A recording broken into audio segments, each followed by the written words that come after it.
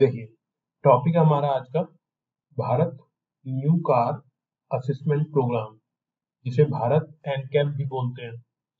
इसका यूटिलिटी क्या है? जितनी भी कार वगैरह मार्केट में आती हैं उनका एक क्रैश टेस्ट कराया जाता है, जिसे अभी तक हम लोग यूरोपियन एनकैप के नाम से जानते हैं। यूरोपियन एनकैप मतलब यूरोप में किए गए कार के क्रैश टेस्ट। उसी तरीके का क्रैश टेस्ट या फिर एक तरीके से रेटिंग जो कार को प्रोवाइड की जाती है, उसके लिए भारत में एक सिस्टम स्टार्ट किया गया है कार को एसेस करने का। मतलब ये पता लगाएंगे कि कार की क्वालिटी कितनी अच्छी है, जिस मटेरियल मटेरियल से बनाया गया है, बिल्डअप जो मटेरियल है वो कैसा है, और फिर उसकी एक रेटिंग प्रोवाइड की जाएगी।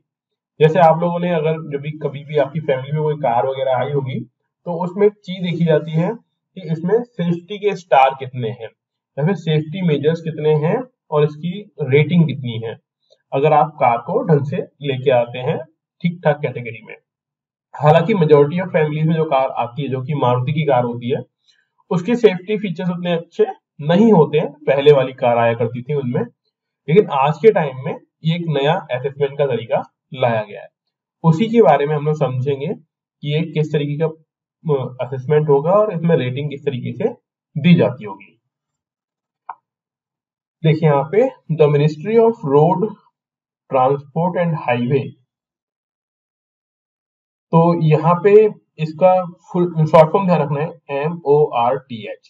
तो इससे हो गया ministry of road transport and highway has introduced a domestic star rating system for vehicle aimed at evaluating their safety performance in the event of a collision। इसका मतलब ये हुआ जब कभी भी कोलाइड होगी, टकराएगी किसी दूसरे कार के साथ, या फिर ये मान लीजिए लुढ़क गई, कोलिजन हो रहा है, आमने सामने की टक्कर है, साइड की टक्कर है, तो उस केसेस में ये हमारी कंट्री के अंदर ही कार को कितनी रेटिंग मिल सकती है या फिर कितनी सेफ वो कार है, उसके अकॉर्डिंग एसेस करने का तरीका है। तो वो यहाँ पे लिखा हुआ है टर्म डोमेस्टिक। इसका मतलब ये हुआ कि फॉरेनर अप्रोच पहले ना कहीं होगी। फॉरेन का मतलब ये हो गया यूरोपियन कंट्रीज में कोई ना कोई टेस्टिंग का तरीका रहा होगा। This initiative allows Indian automobile manufacturer to subject their vehicle to testing and assessment using a 5-star rating scale as outlined in the automotive industry standard। अब यहाँ पे समझने वाली बात यह है कि देखो, 10 स्टार की बात नहीं की, 8 स्टार की बात नहीं की, यहाँ पे बात की जा रही है 5 स्टार तक की। ये 5 स्टार रेटिंग यहाँ पे प्रोवाइड की जाएगी, जो कि मैक्सिमम रेटिंग होगी। तो इसका मतलब ये हो गया 0 to 5 तक की रेटिंग यहाँ पे कार को मिल सकती है। आगे देखिए, this standard encompasses the comprehensive evaluation method. अब ये एक ऐसा कॉम्प्रिहेंसिव यानी जिसमें काफी सारी चीजें इन्वॉल्व होंगी, उसका एक मेथड है the vehicle selection process, various test and associated assessments protocol. इसमें कोई एक तरीका नहीं होगा, कई सारे तरीके होंगे। इनके वीडियोस भी आप देख सकते हैं, नहीं तो मैं अगले लेक्चर में आपको कैसे क्रैश टेस्ट को चेक किया जाता है उसका वीडियो भी दिखा दूंगा। ये आपकी लाइफ से जुड़ी हुई चीज है कि कौन सी गाड़ी हमें लेनी चाहिए।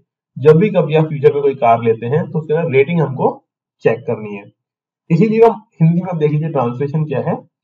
सड़क परिवहन और राजमार्ग मंत्रालय ने टकराव की स्थिति में उनकी सुरक्षा प्रदर्शन का मूल्यांकन करने के उद्देश्य से वाहनों के लिए घरेलू स्टार रेटिंग प्रणाली शुरू की है। यह पहल भारतीय ऑटोमोबाइल निर्माताओं को ऑटोमोटिव उपयोग या उद्योग मानक स्टैंडर्ड 197 में उल्लिखित 5 सितारा मतलब 5 स्टार वाली रेटिंग के पैमाने का उपयोग करके अपने वाहनों का परीक्षण और मूल्यांकन करने की अनुमति देती है। इस मानक में व्यापक मूल्यांकन पद्धति जो होगी या फिर वाहन चयन प्रक्रिया, विभिन्न परीक्षण शामिल है कि कौन सा व्हीकल लेना चाहिए, और इससे संबंधित प्रोटोकॉल भी यहाँ पे गिवन होंगे कि कौन सी गाड़ियों का किस किस तरीके से हमें मूल्यांकन करना है। द AIS जो मेथड अभी हमने बात की थी ना, ऑटोमोटिव, यहाँ पे इसकी फुल फॉर्म दी हुई है ऑटोमोटिव इंडस्ट्री स्टैंडर्ड AIS। तो एक बार फुल शॉर्ट में देने के बाद और फुल फॉर्म देने के बाद शॉर्ट फॉर्म यूज करते हैं। तो यहाँ पे ध्यान दीजिए, the AIS 197 is designed with inspiration from the global new car assessment program। अब सिंपल सी बात है, हमने कहाँ से सीखा, हमने ग्लोबल न्यू कार असेसमेंट जिसे हम लोग बोलते हैं GNCAP, इससे हमने सीखकर ये वाला सिस्टम आइडेंटिफाई किया है। Which advocates for the global implementation of the United Nation motor vehicle safety standards. अब यहाँ पे क्या हो रहा था, इस GNCAP की अगर हम बात करते हैं तो GNCAP में यूनाइटेड नेशन के motor vehicle safety standard follow होते हैं कि कितना व्हीकल सेफ होना चाहिए। The global NCAP is a significant project under the Towards Zero Foundation, a UK registered charity working toward the universal adoption of high safety standards in motor vehicle worldwide। जैसे मैंने बताया भी था थोड़ी पहले आपको कि यूरोपियन स्टैंडर्ड के अकॉर्डिंग हमारी कंट्री में कुछ गाड़ियां आती हैं जिनकी रेटिंग की गई होती है। आप कभी गूगल पे भी चेक कर सकते हैं कि क्रैश टेस्ट जो कराया जाता है गाड़ियों का, उसमें से टाटा की कारों के लिए बोला जाता है कि सेफेस्ट कार है वो in terms of build material की, कैसे बनाया गया है उन गाड़ियों को। आपने अगर नाम भी सुना हो, जैसे कि टाटा की नेक्सॉन कार आती है, वो 5 स्टार रेटिंग के अकॉर्डिंग है, तो वो कैसे हुआ, मिला हुआ होगा उसको स्टैंडर्ड का रेटिंग, उसी के रिगार्डिंग यहाँ पे बात की गई है। तो अभी तक कौन से थे, यूके के स्टैंडर्ड हैं या फिर यूएसए के स्टैंडर्ड हैं, यूनाइटेड नेशन के स्टैंडर्ड हैं। अब हमने खुद का डेवलप कर लिया है भारत का। तो ये जो ऊपर पढ़ा इसकी हिंदी देख लीजिए एक बार। AIS 197 को global new car assessment programme से प्रेरणा लेकर डिजाइन किया गया है, जो संयुक्त राष्ट्र के मोटर वाहन सुरक्षा मानकों के वैश्विक कार्यान्वयन की वकालत करते हैं, उसके जैसा ही है। ग्लोबल NCAP ब्रिटेन में पंजीकृत चैरिटी टुवर्ड्स जीरो फाउंडेशन के तहत एक महत्वपूर्ण परियोजना है। तो ये चैरिटी टुवर्ड्स जीरो, ये फाउंडेशन का नाम हो गया और इसके अकॉर्डिंग क्या दी जाती है, रेटिंग दी जाती है, जो दुनिया भर में मोटर वाहनों में उच्च सुरक्षा मानकों को सार्वभौमिक रूप से अपनाने की दिशा में काम कर रही है। यानी गाड़ी बनाते टाइम उसमें सेफ्टी मेजर्स ढंग के हो, उसके लिए ये लोग काम करते हैं। आगे देखिए की फीचर्स, अब हम लोग इंडिया के अंदर बनाया गया है उसके बारे में समझते हैं। की features of the Bharat new car assessment programme Bharat NCAP, इसमें क्या क्या मिलता है, क्या क्या इंक्लूड किया गया है। तो पहला है कि एप्लीकेबिलिटी, किनके ऊपर ये अप्लाई होगा। पहली बात, applicable to passenger vehicles with a sitting capacity not more than 8 seat. इसका मतलब क्या हो गया, पहली बात तो ये पैसेंजर व्हीकल होना चाहिए। जब यहाँ पे मैंने बोला पैसेंजर व्हीकल, इसका मतलब इसके अलावा भी कुछ और टाइप के व्हीकल भी आते होंगे। तो पैसेंजर व्हीकल जिसमें लोग बैठ कर जा रहे हैं, एक होता हुआ गुड्स कैरिंग व्हीकल जिसमें सामान भर के लेके जाएगा, कुछ होते हैं हैवी व्हीकल, हैवी या अर्थ मूविंग व्हीकल, जैसे कि क्रेन मशीन हो गई, जेसीबी मशीन हो गई, इस तरह के व्हीकल होते होंगे। यहाँ पे बात की जा रही है किसके लिए, पैसेंजर व्हीकल के लिए, और वो भी कैसा, जिसमें sitting capacity not more than 8 seat including the driver seat. अब यहाँ पे देखो, not more than 8 seats, passenger vehicle with a seating capacity of not more than 8 seat including the driver seat, driver seat को include करते हुए, और not more than 8 बोल दिया है। तो वैसे तो यहाँ पे 8+1 तो नहीं बोल पाएंगे तो अपन लोग इसे 8 बोल सकते हैं, ठीक है, क्योंकि इंक्लूड करने के लिए बोल रहा है ड्राइवर सीट को भी। The program is extended to vehicle with a gross vehicle weight not exceeding 3500 kilogram, plus उस व्हीकल का वेट कितना हो सकता है, हर एक गाड़ी का कुछ वजन होता होगा, उसका वेट 3500 किलोग्राम से ज्यादा नहीं होना चाहिए। मैन्युफैक्चर्ड और सोल्ड इन इंडिया, जो बनाई गई होगी और बिकेगी इंडिया के अंदर, उनके लिए एप्लीकेबल है। Includes combustion engine vehicle as well as those powered by CNG electric vehicle, यानी हर तरह का एप्लीकेबल हो गया। इलेक्ट्रिकल व्हीकल है तब भी, ठीक है, और अगर सीएनजी से चलने वाला व्हीकल है तब भी, और पेट्रोल वाला है तो एप्लीकेबल है ही।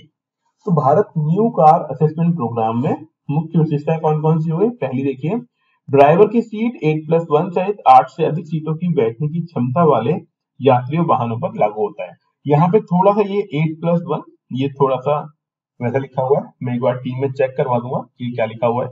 नहीं तो अभी के लिए आप मान के चलिए कि 8 सीट जिसमें 8 लोगों की सीटिंग कैपेसिटी हो, उसके लिए ये एप्लीकेबल है। यह कार्यक्रम भारत में निर्मित या बेचे जाने वाले, यानी अगर भारत में बनाकर हमने दूसरी कंट्रियों में सेल किया तब भी, या फिर भारत में जो कार बेची जाएगी और दूसरी कंट्री से बन के आई है उनके लिए, दोनों के लिए एप्लीकेबल होगा। तो बेचे जाने वाले वाहन, कुल वाहन वजन 3500 किलोग्राम से अधिक नहीं होने वाले वाहनों के लिए ये लागू होगा। वैसे भी 3500 किलोग्राम से ज्यादा व्हीकल कार होती भी मुश्किल ही है, तो उनके लिए एप्लीकेबल है।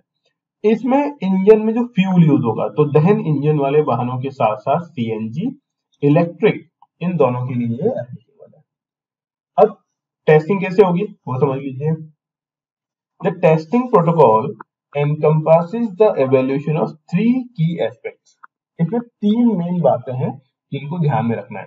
कौन कौन सी बातें हैं? पहला पहला है अडल्ट ऑक्यूपेंट प्रोटेक्शन। इसे क्या बोलते हैं कि वयस्क इंसान जो बैठेगा उसकी कितनी सेफ्टी रहेगी। दूसरा है चाइल्ड ऑक्यूपेंट प्रोटेक्शन, कि अगर कोई बच्चा बैठा हुआ है तो उसको कितना डैमेज हो सकता है, वो चीज।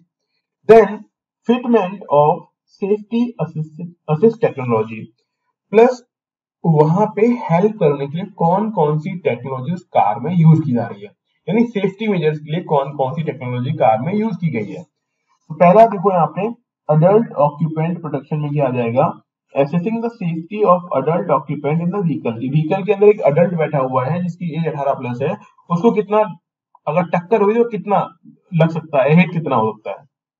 दूसरा है child occupant protection, evaluating the safety measures in place for child occupant. बच्चा बैठा हुआ तो कितना लगेगा, क्योंकि आपको मालूम है कोई भी टक्कर होती है तो वहां पे बड़े को अलग तरीके से वो फील होगा और छोटे बच्चे को उसकी जो हिटिंग होगी, उसके डैमेज जो होगा वो वेरी करता है। देन नेक्स्ट है fitment of safety assist technology, examine the inclusion of safety assist technology in vehicle design. अब ये क्या होती है, मतलब कोई कॉर्नर बहुत शार्प तो नहीं है, उसमें एयरबैग है कि नहीं है, सीट बेल्ट है कि नहीं है, अंदर का जो मटेरियल है वो कैसा है, ये सब कुछ यहाँ पे ध्यान में रखा जाएगा। अब इसी को हिंदी में देखते हैं परीक्षण प्रोटोकॉल। परीक्षण प्रोटोकॉल में 3 प्रमुख पहलुओं का मूल्यांकन शामिल है। पहला पहलू कौन सा हो जाएगा, वयस्क अधिवासी सुरक्षा, जो सिटिंग पर्सन है बैठा हुआ है, वाहन में वयस्क अधिभोगियों की सुरक्षा का आकलन करना। बेसिकली जो अडल्ट इंसान बैठा हुआ है उसकी सुरक्षा, बच्चे की सुरक्षा, और उसमें कौन कौन सी प्रौद्योगिकी शामिल की। जैसे आज के टाइम में आपने देखा होगा कि अगर सीट बेल्ट के लिए सीट बेल्ट अलर्ट आता है, ऑटोमेटिक ब्रेकिंग सिस्टम होता है ना, हिटिंग से बचने के लिए भी उसमें अलर्ट होता है, इंजन में कोई डैमेज है, प्रॉब्लम है तो उसके लिए भी अलर्ट सिस्टम होता है। तो वो सारी चीजें यहाँ पे देखी जाती हैं। देखिए यहाँ पे आगे, these features highlight the comprehensive nature of the Bharat NCAP, ensuring that various safety aspects are thoroughly assessed for passenger vehicle within the specified criteria। अब देखो कंपेयर करना होगा कि एक स्पेसिफिक क्राइटेरिया इतना है, इसकी तुलना में एक जो कार बनाई गई है उसमें कितना सेफ्टी मेजर्स है, कितना बिल्डअप क्वालिटी है और कितनी क्वालिटी उसकी बेटर है, उसके अकॉर्डिंग यहाँ पे रेटिंग प्रोवाइड की जाएगी। The programme consider different type of vehicles including those with traditional convention against CNG electric vehicle। तो ये एक तरीके से समरी हो गई कि देखो वो जो पेट्रोल डीजल से चलते हैं उनके लिए भी है, सीएनजी वालों के लिए भी है और इलेक्ट्रिक व्हीकल के लिए भी है। अब वैसे आपको ये लग रहा होगा कि यार क्या ही डिफरेंस पड़ता है अगर हमने इलेक्ट्रिकल वाले को टक्कर देके देख लिया या फिर हमने एक डीजल व्हीकल को हमने हिट करके देख लिया, तो दोनों का रेटिंग तो सेम ही होना चाहिए। तो ऐसा नहीं है। क्यों? क्योंकि देखो इलेक्ट्रिक व्हीकल के अंदर हमने कोई फ्यूल भरा हुआ नहीं रखा है, उसके अंदर हम लोग यूज कर रहे हैं बैटरी। तो हो सकता है बैटरी वाली जब गाड़ी टकराएगी तो उसमें फायर की टेंडेंसी कम हो। जब हम लोग एक फ्यूल यानी पेट्रोल या डीजल या सीएनजी इनको हिट करेंगे तो स्पार्किंग की वजह से इनके ब्लास्ट होने की पॉसिबिलिटी बढ़ जाती हो। तो इन चीजों को ध्यान में रख के ये चीजें बोली जाती है कि अलग अलग इंजन के लिए अलग अलग हिट करा के देखा जाता है। अगला देखिए, Bharat new car assessment programme, Bharat NCAP involve the following testing procedures.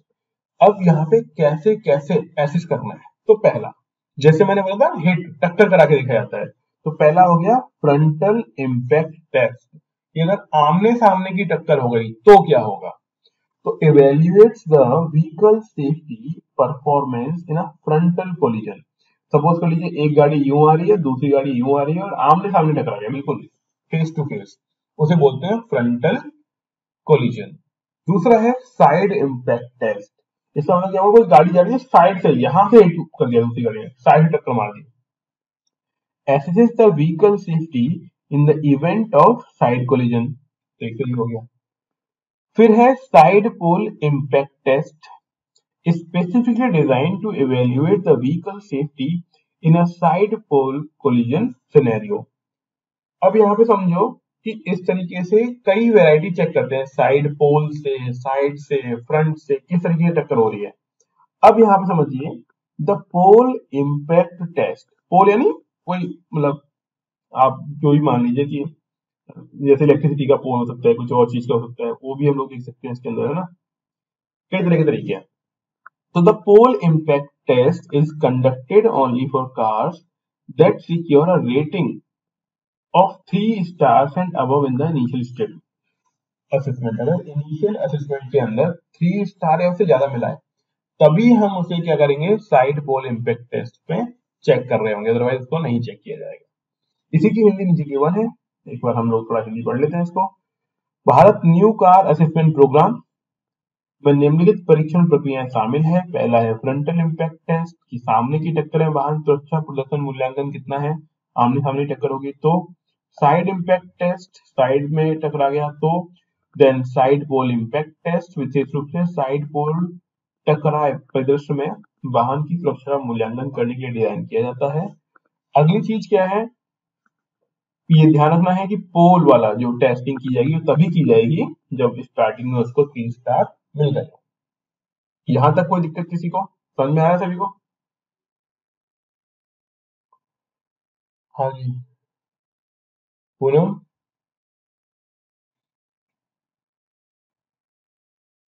Altaf, okay, Neeru, okay, good. हाँ, आगे देखिए, बेस्ड ऑन द आउटकम्स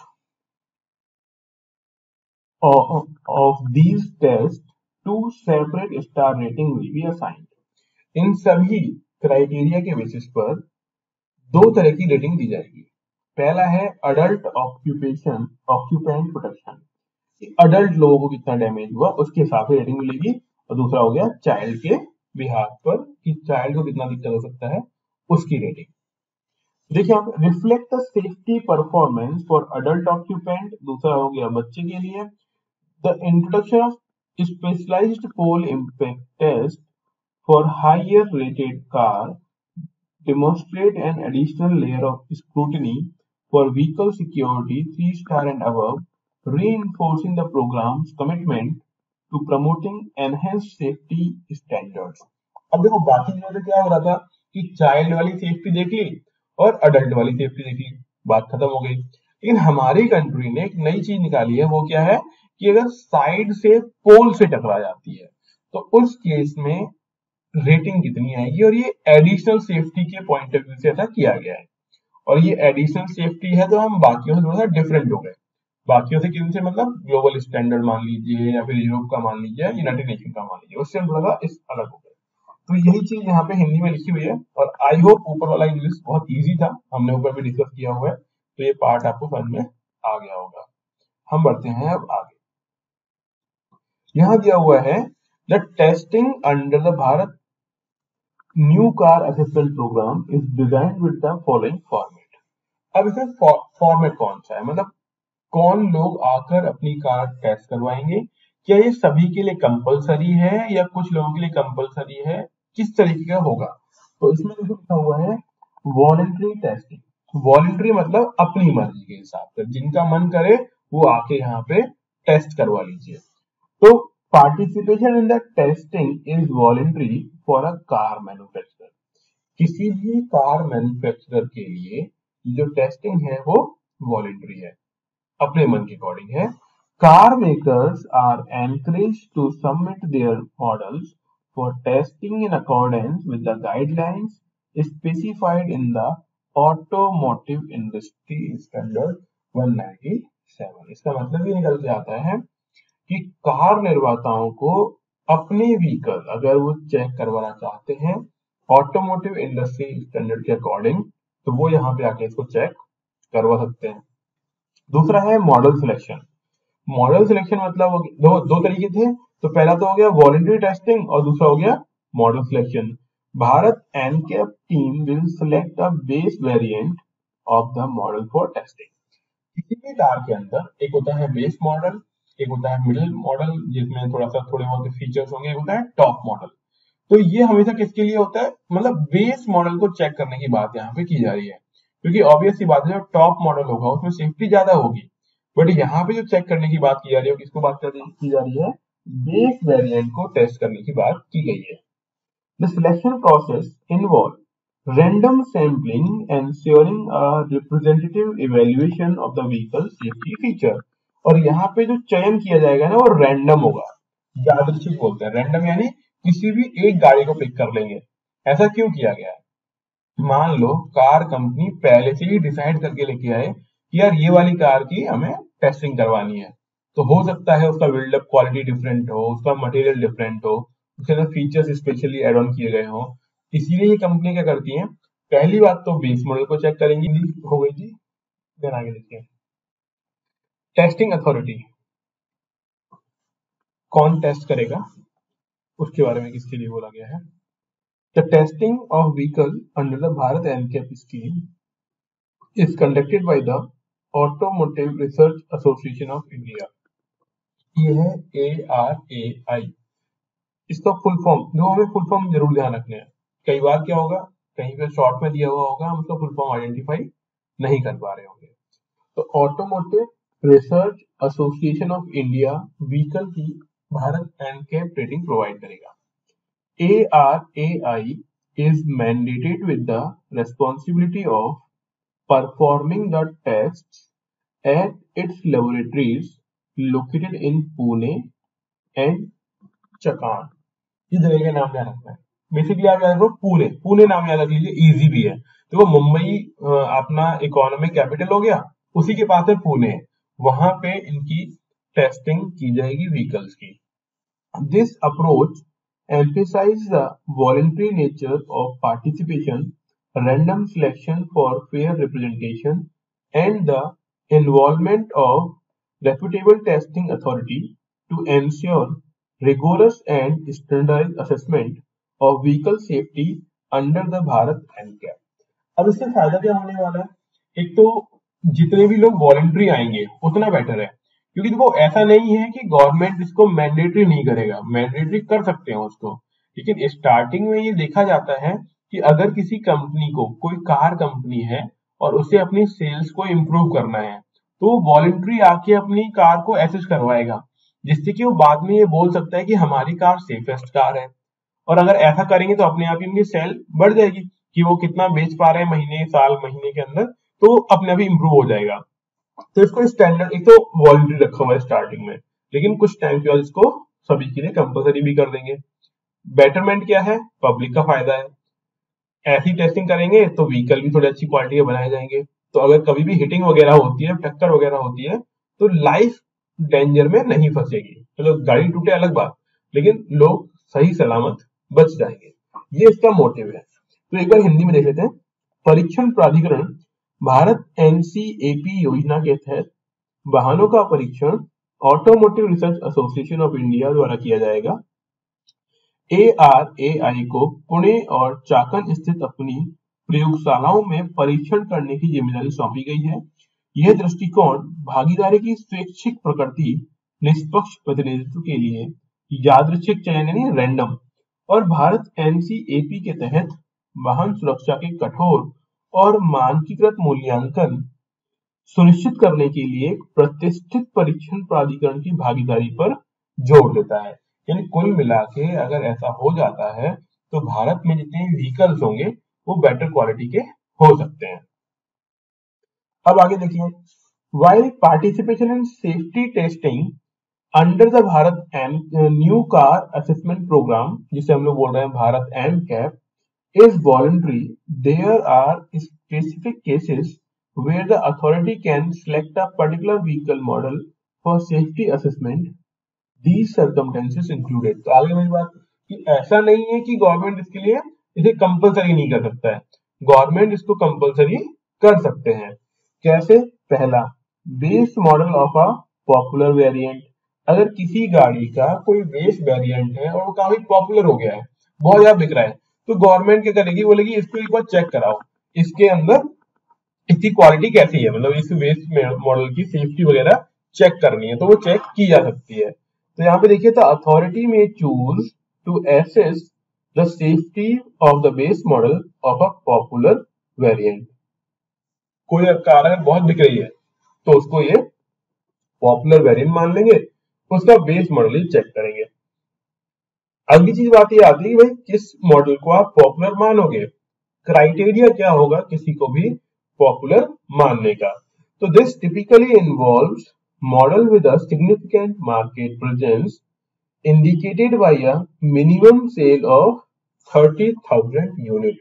अगर किसी की मिनिमम सेल 50,000 यूनिट हो गई है, मतलब कोई कार 30,000 यूनिट बिक चुके हैं उस कार के, तो उसको हम इसके मूल्यांकन के लिए महत्वपूर्ण मान सकते हैं।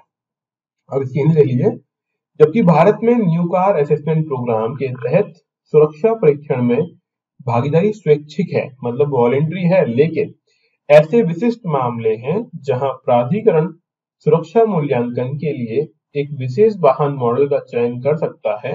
इन ये परिस्थितियां कौन कौन सी हो सकती हैं? तो पहली बात, लोकप्रिय वेरिएंट का बेस मॉडल।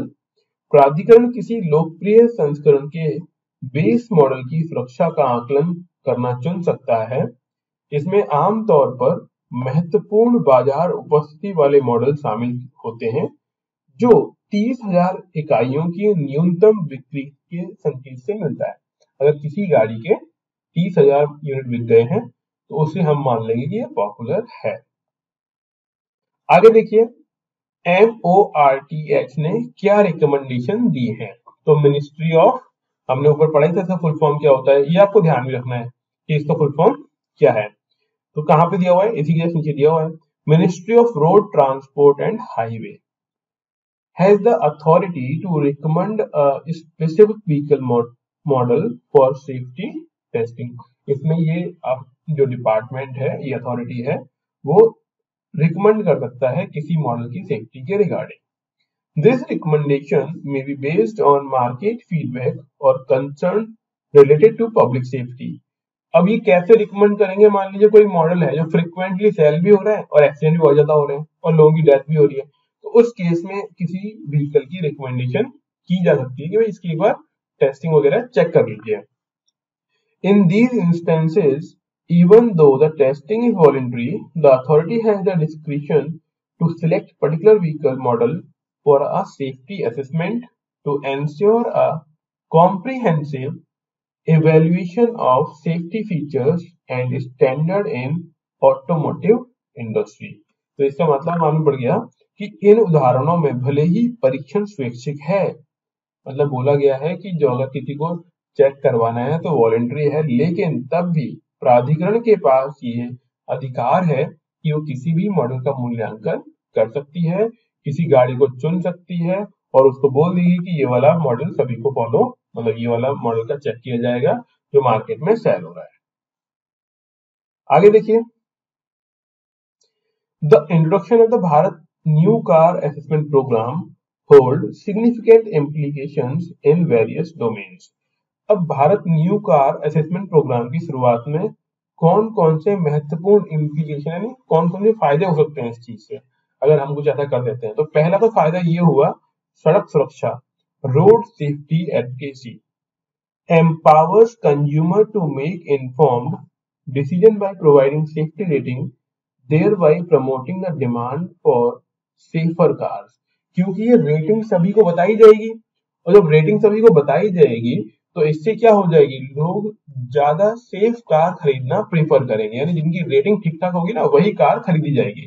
जैसे अभी के टाइम में जब आप अमेजोन फ्लिपकार्ट पे कोई चीज खरीदते हो तो पहले रेटिंग देखते हो कि यार रेटिंग कितनी है, ऐसे ही लोग कार खरीदने से पहले भी क्या चेक करेंगे, उसकी रेटिंग चेक किया करेंगे। Contribute to overall road safety awareness and consciousness among car buyers, और साथ ही साथ ये कार बायर्स जो कार खरीदने वाले हैं उनके मन में एक सेफ्टी की बात भी लेकर आएंगे कि भाई देखो, हमेशा कार दिखने में अच्छी है तो उसे लेने की जरूरत नहीं है, उसके अंदर सेफ्टी फीचर्स भी होने चाहिए। दूसरा है टेक्नोलॉजिकल एडवांसमेंट, क्योंकि इसमें एक चीज ये भी थी कि उसके अंदर चेक किया जाएगा कि वो कितनी एडवांस है, कौन कौन सी टेक्नोलॉजी उसमें यूज की गई है। तो ensures car manufacturer to align their production practices with recent road safety regulations, including mandatory features such as dual front airbags। कौन कौन से फीचर्स होने चाहिए? पहला, डबल एयरबैग होना चाहिए। Anti lock braking system, anti lock braking system का मतलब क्या होता है? हाँ जी, एंटी लॉक ब्रेकिंग सिस्टम आप लोगों ने यूज भी किया होगा, किसी को आइडिया है क्या होता है?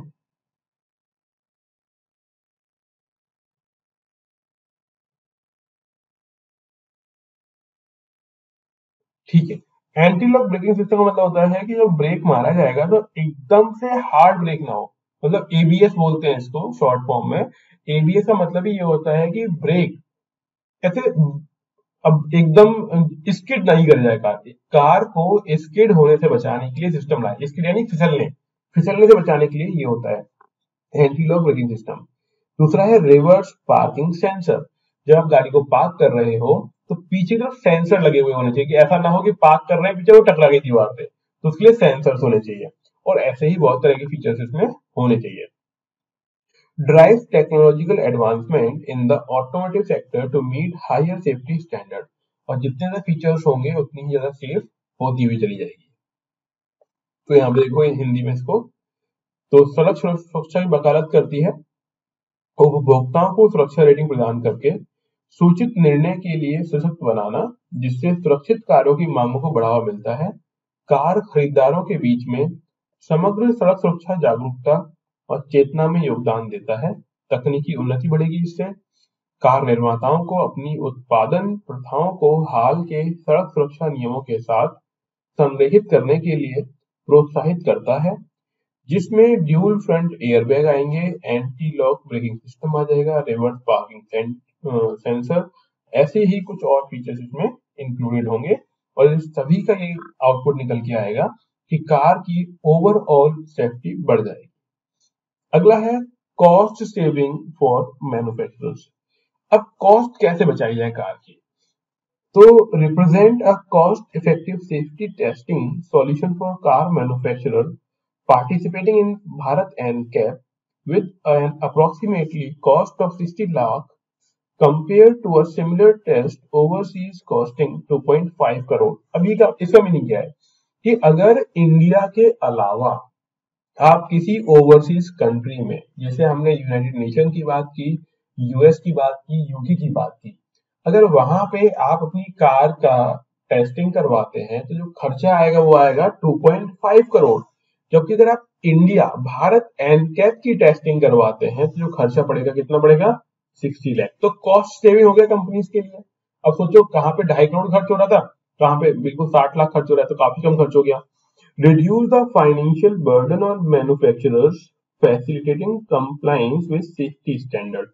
अब कार कंपनी एक तो अपनी कार की भी वो करवा के जाए वहां पे, एक तो रेटिंग ले, और रेटिंग के खर्चा भी करना पड़े, तो उसमें थोड़ा बेनिफिट हो गया कि खर्चा अब क्या होगा? कम होगा। तो भारत एनसीएपी में भाग लेने वाले कार निर्माताओं के लिए एक लागत प्रभावी सुरक्षा परीक्षण समाधान का प्रतिनिधित्व करता है। इसका मतलब ये होगा कि भारत वाला टेस्टिंग सिस्टम सस्ता है, जिसकी अनुमानित लागत 60 लाख है, जबकि विदेशों में इसी तरह के परीक्षण की लागत 2.5 करोड़ है, तो ये बढ़िया हो गया। दूसरा है एनहेंस्ड ग्लोबल कॉम्पिटिटिवनेस। इससे क्या होगा, पूरी दुनिया में आपस में एक दूसरे से प्रतिस्पर्धा बढ़ जाएगी। तो अब यहाँ पे दो बातें हो जाएंगी। पहले तो हर कोई कार अपनी बनाएगा ज्यादा सेफ, जिससे वो ज्यादा प्रमोट कर पाए अपने आप को, तो एक तो वो बढ़ गया कॉम्पिटिटिवनेस। प्लस रोड पर एक्सीडेंट भी कम से कम होंगे। हर कार कंपनी चाहेगी कि तो हमारी उनकी कार अच्छी निकले, तो लाइफ वगैरह भी बच गए। तो कॉम्पिटिटिवनेस होने से कंज्यूमर्स को फायदा हो जाएगा, तो जो लोगों को कार मिलेगी ना, ज्यादा बेटर कार मिलना स्टार्ट हो जाएगी। तो improve the export worthiness of Indian cars in the global market by demonstrating adherence to robust safety standard। क्योंकि जितनी ज्यादा हमारी कार सेफ होंगी उतना ही ज्यादा हम बाहर एक्सपोर्ट भी कर पाएंगे अपनी कार्स को। Position Indian automobile manufacturer more competitively on the international stage. Plus हमारी कार इंटरनेशनल लेवल पर भी थोड़ा सा वैल्यू रखेंगी, क्योंकि यहाँ पर भी इनका हमने क्या किया होगा, चेकिंग वगैरह की होगी। So in summary, the Bharat NCAP not only contribute to road safety and technological advancement, but also economic benefit to manufacturers and enhance the global competitiveness of Indian automobile। तो इस तरीके से ये भारत एनकैप एक तो इंडिया के लिए beneficial है, साथ ही साथ ये सभी के लिए बेनिफिशियल है, और शायद इकोनॉमिक बर्डन भी कम डालता है। इसकी हिंदी देख लेते हैं एक बार। सुरक्षा सुदृढ़ मानक के अनुपालन का प्रदर्शन वैश्विक बाजार में भारतीय कारों की भर्ती योग्यता में सुधार करता है। थोड़ी हिंदी थोड़ी जटिल हो गई इसकी। भारतीय ऑटोमोबाइल को अंतर्राष्ट्रीय मंच पर अधिक प्रतिस्पर्धी स्थिति में लाना इसका उद्देश्य है। संक्षेप में भारत एनसीपी जो कि एनसीएपी है, न केवल सड़क सुरक्षा और तकनीकी विकास में योगदान देता है, बल्कि निवेशकों का आर्थिक लाभ भी प्रदान, जितने भी लोग इसमें लगे हुए होंगे, जिन्होंने मनी इन्वेस्ट की होगी, उनको मनी भी कम खर्च होगी, उनका आर्थिक लाभ भी इनका हो जाता है। तो ये दो चीजें होगी। अब आगे देखो। In conclusion, the implementation of Bharat new car assessment programme is poised to have far-reaching positive impact by focusing on vehicle safety. The program is expected to contribute significantly to। अब इसमें कौन कौन से चीजें इंक्लूड की गई हैं। तो पहला है रिड्यूसिंग कैजुअलिटीज एंड इंजरीज। इसमें कैजुअलिटीज और इंजरीज को रिड्यूस किया जाएगा, मतलब कम से कम टक्कर और कम से कम डेथ लॉस, ये सब कुछ कम होगा। Enhancing vehicle safety standard can lead to a reduction in road safety, casualties and injuries। ये चीजें नहीं होंगी।